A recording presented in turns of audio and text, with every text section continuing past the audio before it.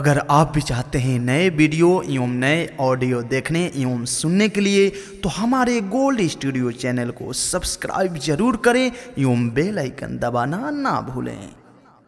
बोला बोला छठी मैया की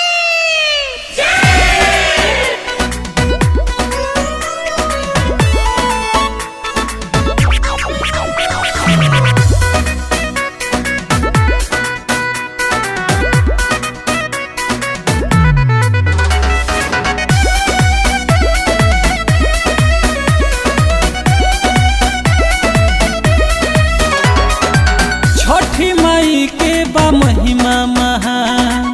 साचो कहेला का दुनिया जहां तब कहे बाटे सुना अंगनामा लागे कि जैसे बा दुनिया वीरान। बबुआ के मन में लालसा बा और जी बाटे हमार कितना गुहार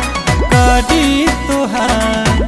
कि सुनबू पुकार ए माई कितना गुहार करी तोहार कि सुनबू पुकार ए माई।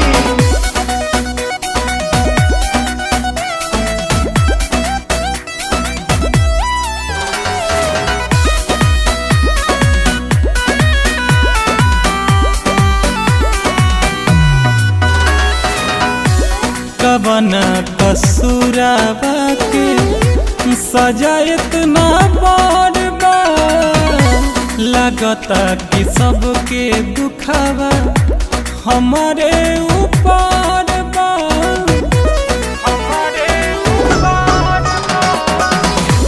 कवना कसूराबा के सजा इतना बार लगता कि सबके दुखावा हमारे ऊपर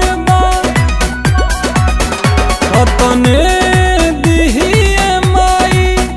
रहे खुश परिवार कितना गुहार करी तोहार कि सुनबू पुकार ए माई कितना गुहार करी तोहार कि सुनबू पुकार ए माई।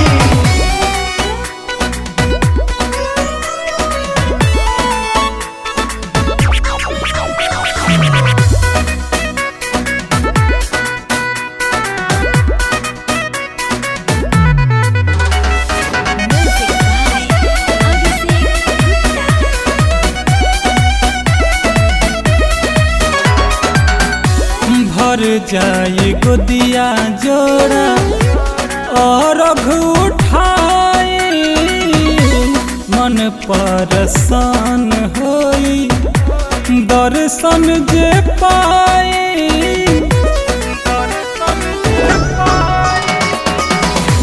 भर जाए गोदिया जोड़ा